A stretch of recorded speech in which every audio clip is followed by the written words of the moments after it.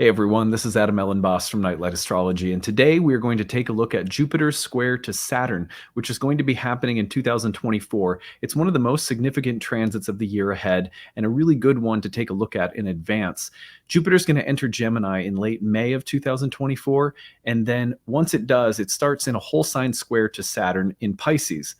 The square will actually perfect by degree in about the middle of August, and then once more in December, right around Christmas of 2024, about a year from right now.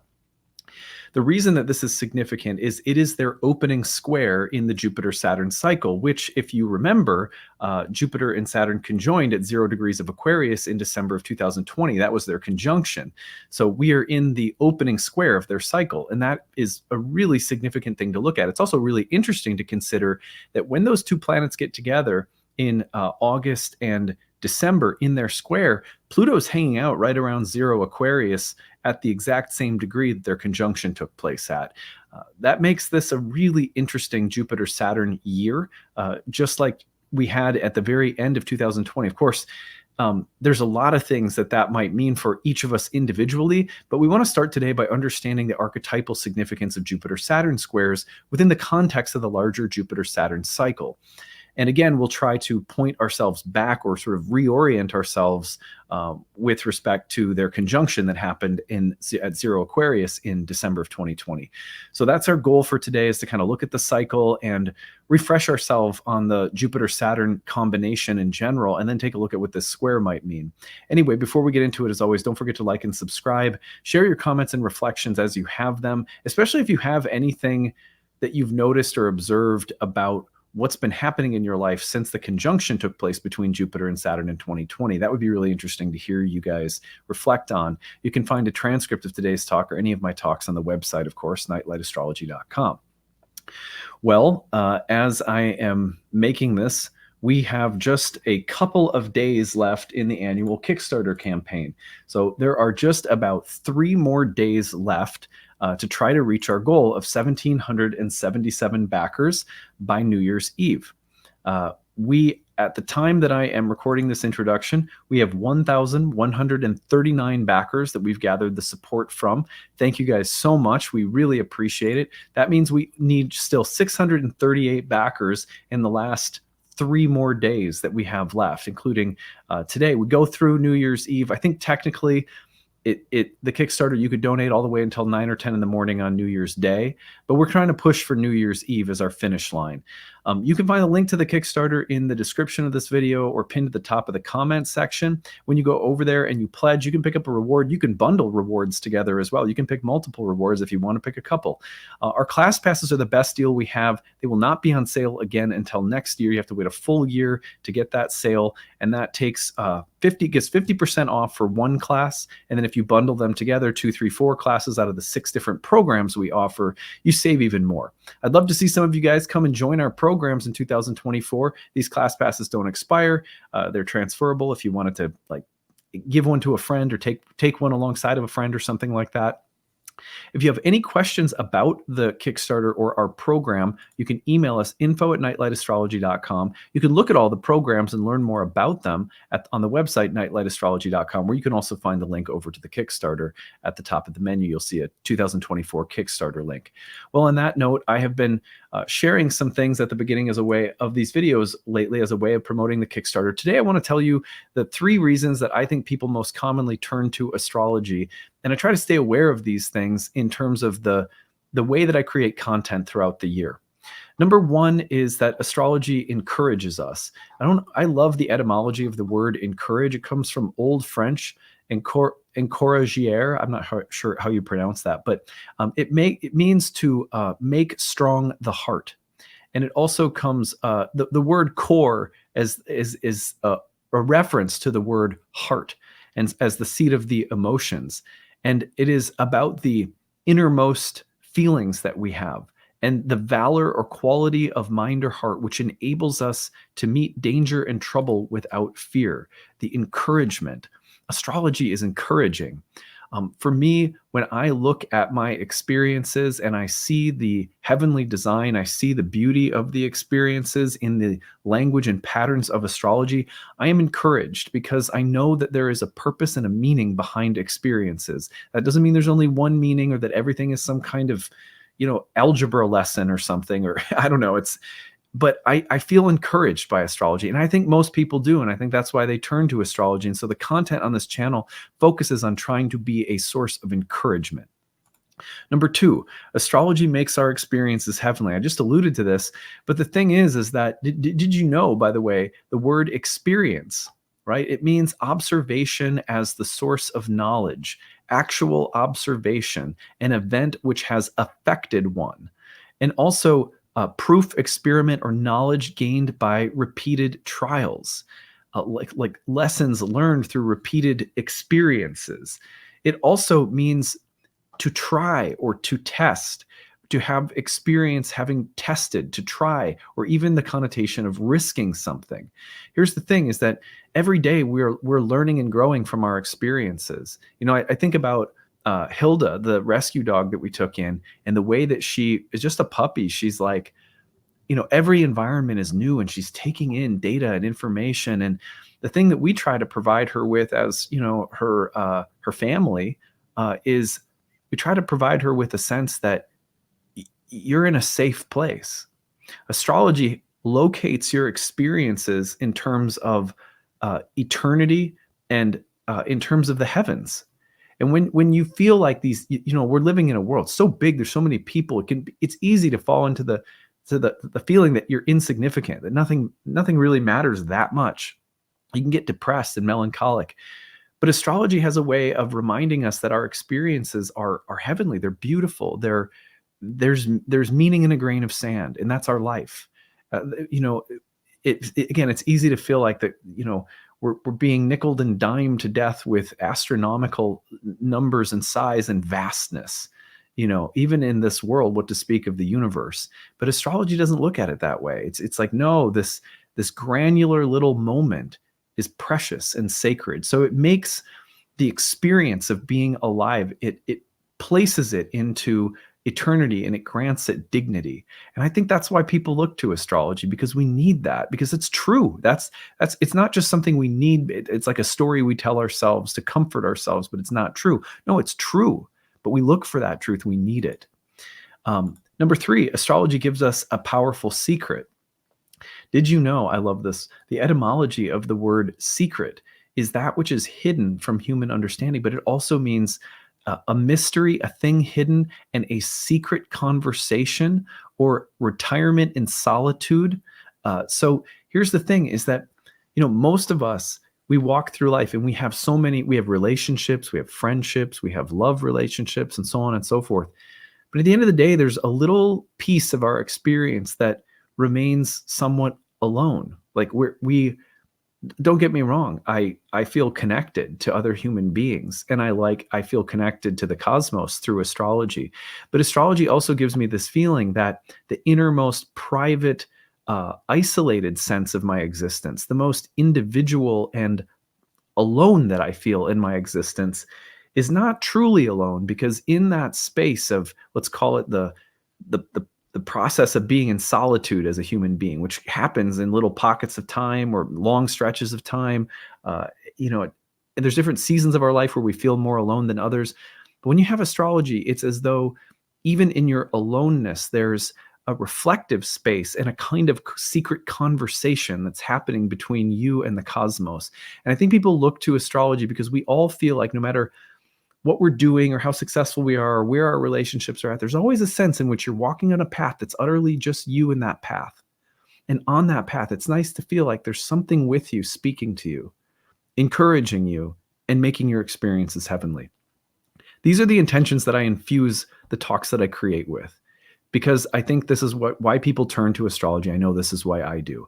If you do too, come study with us or pitch in and pick up a calendar, or contribute to the Kickstarter, help us reach our goal, and pick out any of the different rewards that we have. As you guys know, we have just a couple days left. We could really use the support to push through the finish line and meet our final goal. Anyway, I thank you guys very much for all those who have already contributed. Thank you, and thank you from me, my family, my staff. We so appreciate you guys. Hope you'll enjoy today's talk.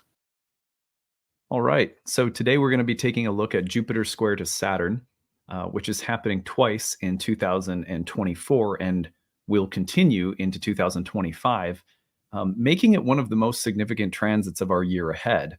I've already spent some time on my channel talking about Jupiter's conjunction with Uranus, which is happening in April. That's perhaps 1A, but Jupiter square to Saturn is 1B easily, and some could even argue that it's more significant.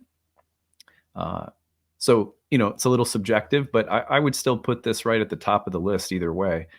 This is one of the most significant transits of the year ahead. So what we're going to do is we're going to talk about 3 things that we should remember about Jupiter-Saturn cycles in general. And then after we do that, I want to talk about 5 particular things to note about this upcoming Jupiter square to Saturn. So by the time we have done all of that, I hope that you will have a really nice, detailed, sort of well-rounded understanding of the Jupiter-Saturn square that's coming in 2024 and 2025. I'm going to put the real-time clock up and walk you guys through some of the details. Let's start by noting 3 general things about Jupiter-Saturn cycles, because there's sometimes a lot of confusion between that people have about the 2 planets and their similarities and their differences. A lot of people, especially in modern astrology, have been taught that Saturn equals structure, and this is, in a sense, this is incorrect. So we have to clarify, because there's an interesting relationship that Saturn has to structure, but it's not really appropriate to think that Saturn has the market cornered on structure, or that that's solely what Saturn is all about. Hence, anything structured in the world becomes Saturnian, and sometimes by extension Capricornian or something like that. So there's a lot of problems with the way that we think about Saturn that can inform the way we end up thinking about a Jupiter-Saturn dynamic and so forth. So anyway, these are 3 things to note about Jupiter-Saturn cycles in general. Number 1 is that they are about the cyclical development, evolution, renewal, death, or reworking, whatever words we want to use. There are different words that may be appropriate, of governing systems. That's not the same as saying a structure. So just a governing system is different than a structure, although governing systems may also have some structure that's a part of it, obviously. But the reason that I make this distinction is because most people don't know that in ancient astrology, it was Jupiter, not Saturn, that was related to the governing systems of a society.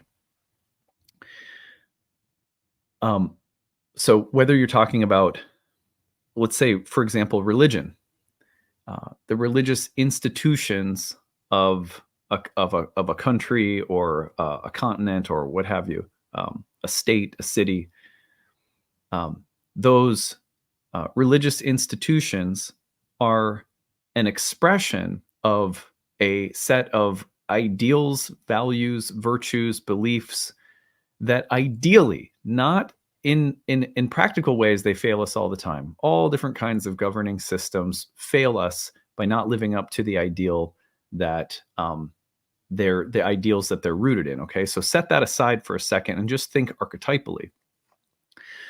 A religion is supposed to provide something of social, spiritual, moral, philosophical unity within a society. And this is why, tens of thousands of years on our planet, we see, whether it's tribal or societal or cultural, expressions of religion. And so insofar as religious institutions are an embodiment of a series of principles, beliefs, ideas, doctrines, teachings that are supposed to grant coherence and moral unity and coherence to the social arena. They are Jupiterian. Okay, and similarly with government, insofar as a democracy or any other form of government, a monarchy in certain times, certain places, any form of government whatsoever that ideally is supposed to create order, unity, coherence, some kind of moral center around which everything can orbit in in a greater in creating a greater sense of wholeness and coherence to the society. There might be a plurality of religions in a society, but the government may provide a way in which we have to respect and allow for the coexistence of those things. You see what I mean? So ideally, archetypally, and a system of government based on its sense of what is virtuous and good and what will keep society together and whole would be Jupiterian. Okay, same thing with education systems. Ideally, they're meant to educate, enlighten, and create a higher, reasonable set of behaviors, perhaps, or something like that. So they're Jupiterian. People think of these things as Saturnian, and I'll talk about why that is, but they're not. They're Jupiterian from the ancient astrological perspective.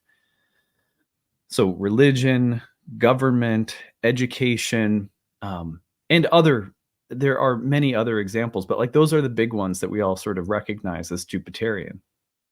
In our personal lives, religion, philosophy, morality, our beliefs, and the way they create like a moral or spiritual compass for us.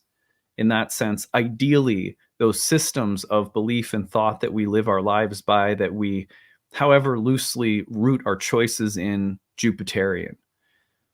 Okay, so when we're talking about a Jupiter-Saturn cycle, the first thing to think about is that Saturn is not about structure as much as Saturn is like a boundary line. And you can think of it as the boundary between different states. So let's say, for example, that you have a set of beliefs or doctrines about the nature of the solar system, and they inform the science department at a university. Well, at some point in time, those systems of ideas are going to run up against some kind of limit, or they're going to face impermanence or death. That is Saturn. Saturn is like the Grim Reaper. Saturn is winter. Saturn is impermanence. Saturn is decay. And Saturn is also the limits or boundaries of how far something can go. And remember, Saturn was the demarcating the boundary between the known and the unknown, the visible and the invisible, the new and the old. So Saturn, although Saturn ends up getting associated with the old, it's only associated with the old because of its association with death and winter. And so the natural way in which things age and sometimes become wiser in their age. But wiser also means that they will run into the need to replace a less mature idea with a more mature one. And so, for example, when you have the classic story of Kronos and Zeus, and what is that story about? It's about the changing of the guard, the changing of ages, the changing of ruling, the ruling paradigm. And it's tempting in that story to cast Saturn as the bad guy, right? But the story, Kronos as a planet, as an archetype, is more nuanced than the character of Kronos, who just just wants to swallow his children and doesn't want the new to come in. And as things are breaking down, as impermanence comes, there is a way in which, I don't know, like Ebenezer Scrooge, you can start leaning into being sort of crotchety, like a get off my lawn old man who somehow is not accepting of age and of change and of death and of impermanence. And so where Saturn creeps in, a response to that winter and aging and death and decay, is resistance to change. but that's a byproduct of how we respond to Saturn. That's not who Saturn is, right? Saturn is pointing toward an archetypal process of aging, death, decay, impermanence, and marking the boundary between one form of something and the next. For example, Saturn, for this reason, is also associated with the contractions of labor. But those contractions are fundamentally a part of birth, which is why spring follows winter. And so medieval astrologers quite frequently compared the Saturn-Jupiter qualities to winter and spring, and their cycles to the interaction of winter and spring when it comes to the development or evolution of governing systems. Governing systems being rooted in ideal images of what creates cohesion in life, unity socially, unity morally or spiritually. So where a Jupiter-Saturn cycle, when the two planets come together, for example, in a conjunction, what you have is you have a moment of recognizing the limits, that something is ready to pass into a different expression, that you're reaching the end of one way of whether it's in your personal life, one way that your beliefs will guide you, one way your business will be structured, one way your relationship philosophy will, express itself, one way that your family will be experienced. There's a kind of set of values, beliefs, ideals that are coming up against their limit. And as they reach the limit, there's a seeding of a new idea that can happen because we have come to recognize the limit of something. And that's the process of Jupiter and Saturn. But properly speaking, the new system that will come into our lives and provide temporary shelter, structure, cohesion, different words you can use, still Jupiterian words, by the way, for ancient astrologers. It comes about because of the death, finality, impermanence, decay, limitations, and creative contractions that it experiences as it hits Saturn. So Saturn is not the order and structure as much as it is the marker of boundaries and limits between orders and structures. That's a slightly more nuanced way of looking at Saturn. Will still be intimately related with how we think about and experience limits or structures and orders. But Saturn itself is not the best planet to use when it comes to thinking about, like, to say that Saturn equals structure, Saturn equals like systems and structures. Not quite correct. For example, in the famous Narnia Chronicles by C.S. Lewis, where he embeds each of the books with the symbolism of one of the medieval planets. Saturn is used in the last book, The Last Battle. And Jupiter is used as the Lion, the Witch, and the Wardrobe. And The Lion, the Witch, and the Wardrobe, the story is about the end of the White Witch's reign of terror, defined by winter, and the coming of spring, defined by, the kind of rebirth motif of Aslan the lion. So he has a Jupiter-Saturn dynamic there. And sure, one of the characteristics of a dying system is that it becomes corrupt, that it has fallen far away from the initial image of virtue that it projected as it was established. And this happens all the time. This happens all the time. Many people, for example, will get involved in a religious group only later to become disillusioned with it and leave when they realize maybe they put it up on a pedestal and it can't live up to that, or maybe they come to see that it is not what it claims to be, or something like that. Many people have that experience with religion. Many people have that experience with the education system. Many people have that experience with the systems of government around the world and their leaders and so forth. This is perennial. But that dynamic of the disillusionment, right? That's a process that is entailing both planets communicating. And the great cycles that we see of these interactions happen with the orders and structures of our life happen as Jupiter and Saturn communicate. So the conjunction, the square, the opposition, the square, and the conjunction all have distinct meanings within the cycle. Let's look at this on the screen.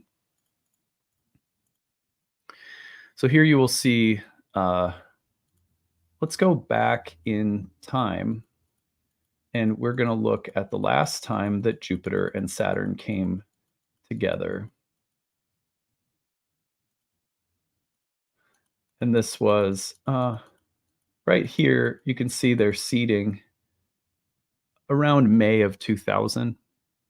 So then what happens is that conjunction will be experienced as the death and rebirth moment of our systems of order.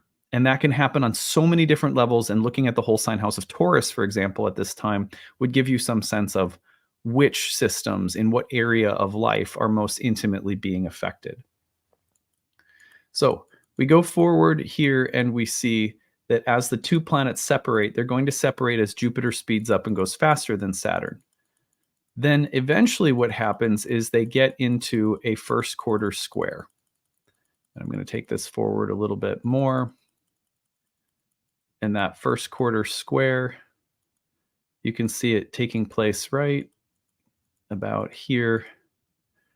So here we have their first quarter square. And this first quarter square was in 2005. Oh, the big arrow is here. My goodness. I'm going to make you a little smaller on purpose. Okay, so Jupiter squared Saturn at the end of 2005. So this is the first square after the conjunction, which is what we're going through in 2024. The first square after the conjunction is speaking to, okay, from their seeding point, new systems of order in our lives are being created based on new ideals. Now, as the two interact in a square, as that system is developing, it's hitting one of its first periods where there will need to be adjustments made, because it's facing like a little mini winter. There's a check that Saturn is offering as you're riding along on your horse with this newly developed order. All of a sudden, there's a check and it says, yeah, you're going to have to make some adjustments. The order that you are working with and have established since the start of the cycle, this seeding point that gave you new ways of ordering your life, morally, spiritually, philosophically, religiously, politically, etc. Now it's being checked and adjustments have to be made. It could be a reality check, right? A reality check is not Saturnian just because Saturn is like some grumpy old realist, as much as it is that Saturn is a limit. And when the new moral or spiritual or philosophical order is in the first quarter square, it's coming up against its first limit as it is developing. And so there's a period of adjustment or reflection as the new order is developing or evolving that happens during the first quarter square, and adjustments have to be made. Hurdles have to be overcome. Something may try to clip your wings and you have to keep going, or something may be humbling and you have to accept it. Something may be offering refinement, but you're facing a limit, an initial moment of maturity, a kind of initiation into greater maturity. So a little mini winter. Now we take the cycle forward and we're going to place the two planets into their opposition, which is the next major aspect. Their opposition came, for example, during the last cycle. We can see it coming right about here. This is the spring of 2011. During their opposition, now we have this kind of full moon moment in the Jupiter-Saturn cycle. And that full moon moment is going to ask us to, now we're facing, like you could say that the order has entered our lives in a very full way. The new ideas, the new values, the new virtues, the new philosophies, they have brought things into a space of great manifestation. They've manifested very powerfully in our life by this point. And so now we're facing something like the midlife crisis of these values, of these um, philosophies. It's a very deep level of challenge and reflection. And it asks us to hold the tension of two very opposite ways of looking at things. There's no better way to test a philosophy than, I mean, it's all fun and dandy when you're kind of riding high on new ways of being, new philosophies, new values, and the way they carry out in your life, and you find them that they're integrating and they're successful. But it's when they come into their most powerful form of expression, their sort of midlife moment, that you have to look very, very carefully at their shadows. And this is a great testing of the maturity of our values and systems of order that happens at the opposition. Um, you might remember it was around this time in the collective. I mean, just very, kind of broadly speaking, there was a lot going on. But one thing that was happening was, Occupy Wall Street, the Arab Spring, if you guys remember that, broadly speaking. This is where you start to see the clashing of the values of the new way with, like you can already start to see the eventual death on the horizon. These are moments where something has ripened, and now the challenge from Saturn really marks its eventual death and the need to release, recycle, and regenerate new or improved or developed or evolved values, beliefs, ideas. They become more mature, and then ideally they create better systems of governance for our lives in any area of our life. But it's at this moment where they kind of face it faces its like midlife crisis, and the kind of knowledge that eventually this system will fail and crash and there'll have to be something else is part of this. And that for us, we're thinking about this personally, right? But of course, you could apply this to mundane astrology. That's not my area of expertise, but of course, it's been a mundane cycle that astrologers have looked at for centuries. Now, you'll come into the last quarter square. So we came into that last quarter square in the spring of 2016. And in the last quarter square, now the values are facing the moment of death. The values, we're starting to see that they have served their purpose. We've reaped a harvest, and probably some very good things that have come through our views of the world and the way that they've helped create a sense of order and unity in our lives.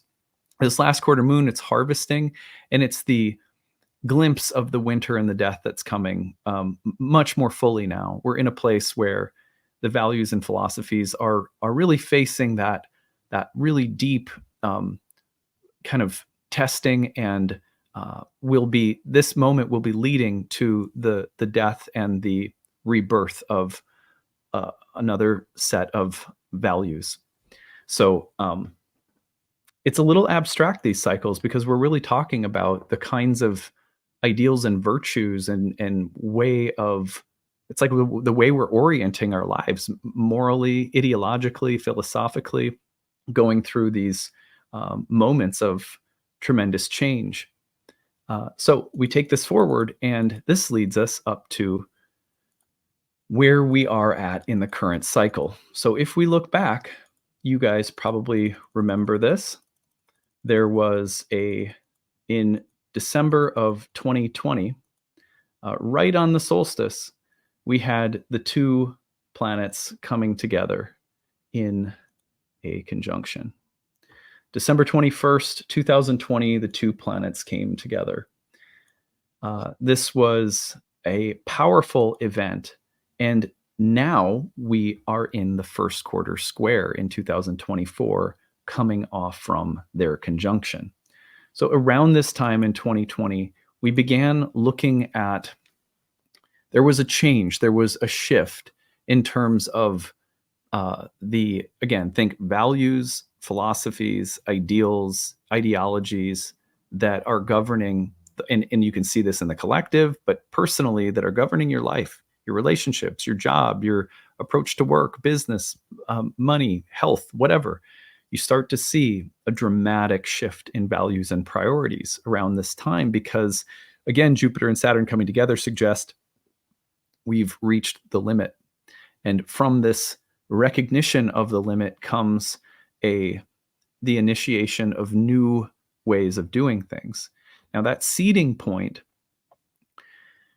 is going to be, I'm going to start talking now about 5 things to note about the Jupiter square Saturn that's going to happen in 2024, which will be between Jupiter in Gemini and Saturn in Pisces. And the very first thing to note of 5 that I want us to pay attention to here is that this was their first square. This is going to be the first square since their conjunction on the solstice of 2020. So let's take this forward just a little bit now.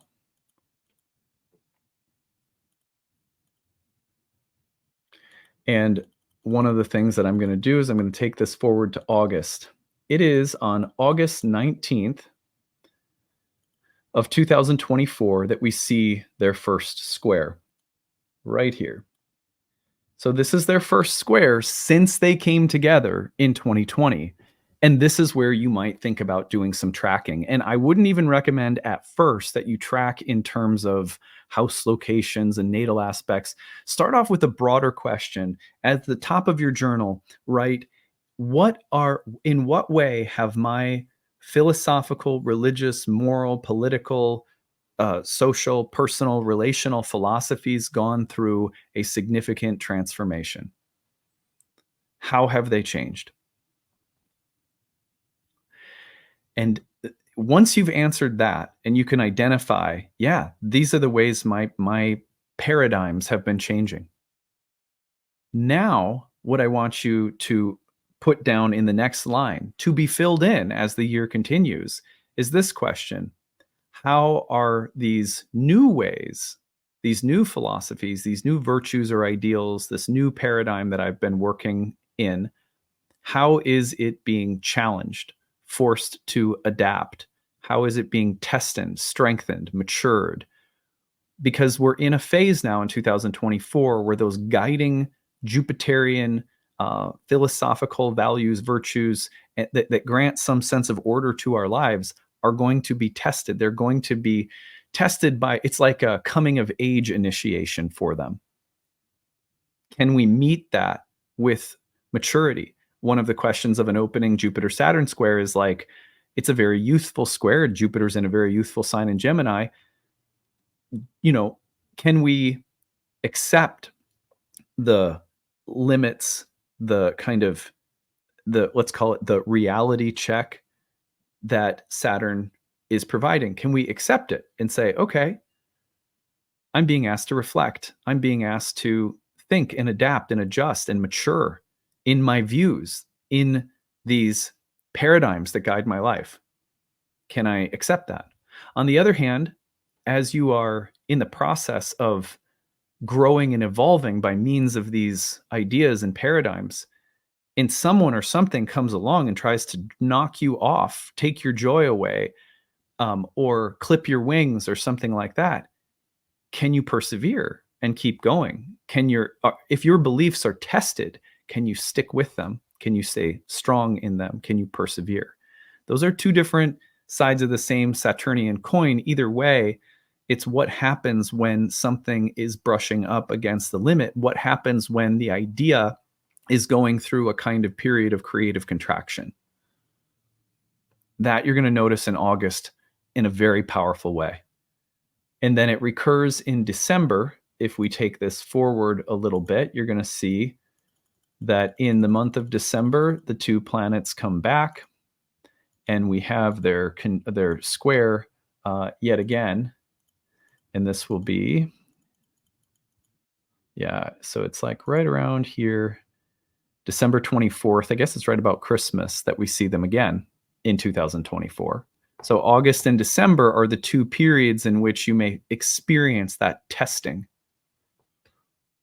And it's not about getting it right or wrong as much as it is about, can you receive the feedback? Even if you even if there's some stumbling or some, some falling on your face, even if there's some shadows or blind spots in your guiding philosophies, can you accept the feedback, or can you enter into the reflective space that Saturn's trying to provide? Here's one thing to consider that is very powerful and I think is going to make this quite profound. In the meantime, Pluto has entered Aquarius and now sits on the degree of Jupiter and Saturn's conjunction. So if we need, any extra evidence that this is a year in which the transformation of our beliefs and ideals is going through a significant period of transformation and testing, we can see it not only by the fact that the Jupiter-Saturn square is happening for the first time since their conjunction, but that Pluto now sits on the degree of their conjunction as the two planets are in their opening square. That's an extra powerful accent note suggesting that the seeding of this most recent Jupiter-Saturn cycle at the end of 2020 on the winter solstice it was a very powerful seeding moment. And so it makes sense that the testing that we'd be going through of our values, beliefs, our guiding philosophies, and the way they orient our lives, that we shouldn't expect that this will be like a light or easy thing to have to look at and adapt and adjust. There are going to be significant challenges this year asking us to continue transforming and evolving in our outlooks and our beliefs. So, okay. The other thing that happens is at the very beginning of the cycle, if we go back to May, as Jupiter enters Gemini in late May, about the 25th, one of the very first things that it does, and just in case you need any more evidence that the Pluto sitting at around the degree of the recent Jupiter-Saturn conjunction is significant, right as Jupiter enters Gemini, it will trine Pluto just about a degree off from where the Jupiter-Saturn conjunction occurred at 0 Aquarius. That trine between Jupiter and Pluto suggests that there are, especially with Pluto in Aquarius at the 0 degree marker, new governing paradigms, new governing thoughts that are coming about as we recognize the limits of old ideas and beliefs, which is so thoroughly Aquarian, by the way. That is one of the specific things that Saturn in Aquarius is related to, is the limitations between the limitation between a paradigm, an old paradigm, and a new paradigm. This is fundamentally Aquarian. Jupiter entering Gemini is going to be gathering insight, information. It's a kind of chaos magic that wants to connect with Jupiter and help distribute new ideas, circulate new possibilities, develop and continue cultivating the new beliefs that began at the winter solstice of 2020. And the two are working together cooperatively. But then what happens? Jupiter will square Saturn. Now, it's important to note that when this square occurs, we're going to go back to August of 2024, that when the first square occurs, both squares, Saturn is in Jupiter's sign. And so that means that they have the capacity to work together nicely. However, Saturn is also in the overcoming square to Jupiter. So Jupiter is like, it's like Saturn is a house guest in Jupiter's temple.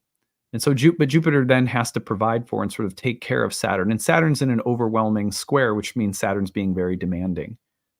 So for as much transformational excitement as there is in the air this year with the Jupiter-Pluto trine and air signs, new ideas abound.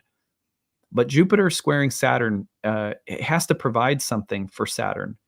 And Saturn is not a total monster here because of the reception it has with Jupiter, but Saturn is providing a very serious limitation and a very serious need for adjustment, reflection, or revision of some kind. And that's why, again, we can see that this is a year where we're facing some very serious feedback about the new ideas that we're trying to get off running with. And that should be pretty interesting. And number five is that if we push this forward into 2025, I want to show you guys something. The two planets will move through square again, but they do so as Saturn leaves Pisces and enters Aries, where it is in its fall, at which point the square happens one last time while Jupiter is exalted and Saturn is in its fall. And now Jupiter is, there's no longer that reception between the two of them. Saturn's in the overwhelming or overcoming position still. Jupiter's exalted. Saturn is badly debilitated. And I suspect that this may actually be the most significant and difficult form of adjustment that we have to make, where you can see this very fertile, abundant, life-giving Jupiter that's really wanting to do some special things in Cancer, as it tends to do where it's exalted.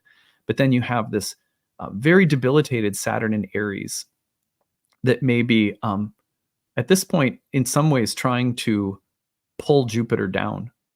And so this is a real test that will come, and this is in the spring, summer, June of 2025. So the process of reflecting upon our governing principles and beliefs and ideals, the process of having them checked by the limit, winter, age, maturity, reality, or the kind of contractiveness of Saturn is very pronounced over the next year, all the way into spring of 2025. This is a healthy thing for us to have to reflect and evolve in the ideas we're most excited about through mature, kind of a mature reflective quality. That's how ideas grow and do their best work. It's going to be harder if we don't have a reflective lifestyle. But I would hope that if you're listening to astrology, it's because you do have such a lifestyle. But still, the other thing you always have to be aware of is that when there is time or need for that reflection, sometimes those forces come at us and they test us to persevere. They test us to keep going with something, even though we're facing doubts, which is another form of limit. And that's a Saturnian signification as well. Other times they come up and they tell us to become more humble or more mature or wiser and more, for our views to become, just like more mature. So it can go in either direction with a Saturn square to Jupiter, where it's like, don't let it clip your wings, keep going. Facing limits means making healthy adjustments, but not giving up in the way in which these new ideas are trying to express themselves in your life. But on the other hand, again, you don't, they could be humbling us too. So we have to pay attention to which is which and be very discerning and honest with ourselves throughout the process. Anyway, that's why this transit is one of the biggest of the year. And one of the things that makes it like not as, glamorous is the fact that it's working on us on the level of values, virtues, ideals, beliefs, philosophies, which for many of us, we reflect on those things in very subtle, small, micro moments as many events unfold over time. And then sometimes all at once, we have a kind of philosophical crisis, a crisis of faith, belief, ideas, and how they're changing or shifting can come up all at once. But for most of us, it happens very gradually and subtly. So it's not a transit process that most of us are used to tracking or being able to notice happening. But hopefully by our paying attention to this cycle as the year goes on, you'll have a resource to help you with that.